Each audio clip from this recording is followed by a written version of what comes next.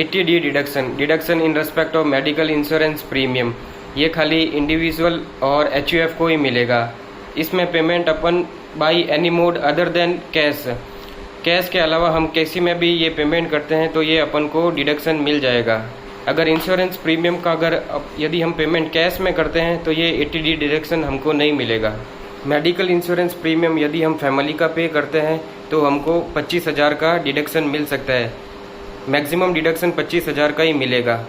और यदि हम पेरेंट्स का भी पे करते हैं और वो सीनियर सिटीजन है तो 25,000 और एडिशनल डिडक्शन मिल जाएगा।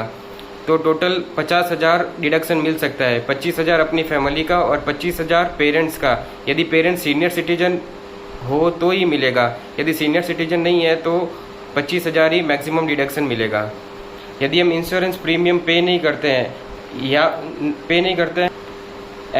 इंश्योरेंस प्रीमियम तो पे नहीं करते, लेकिन हम सेंट्रल गवर्नमेंट हेल्थ स्कीम में पेमेंट करते हैं तो उसमें भी अपन को डिडक्शन मिल सकता है 25,000 का।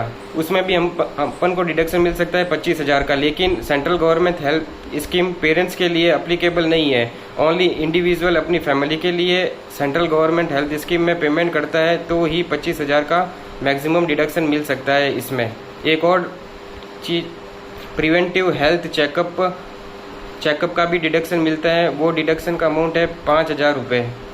इसमें maximum deduction preventive health checkup का 5,000 का ही मिलता है। यदि वो फैमिली का करे या पेरेंट्स का करे तो भी 5,000 का ही मिलेगा। यदि पेरेंट्स सीनियर सिटीजन है तो भी डिडक्शन मैक्सिमम 5,000 ही है, लेकिन इसमें पेमेंट कैश में भी कर सकते हैं। 5,000 का पेमेंट कैश में भी कर सकते हैं।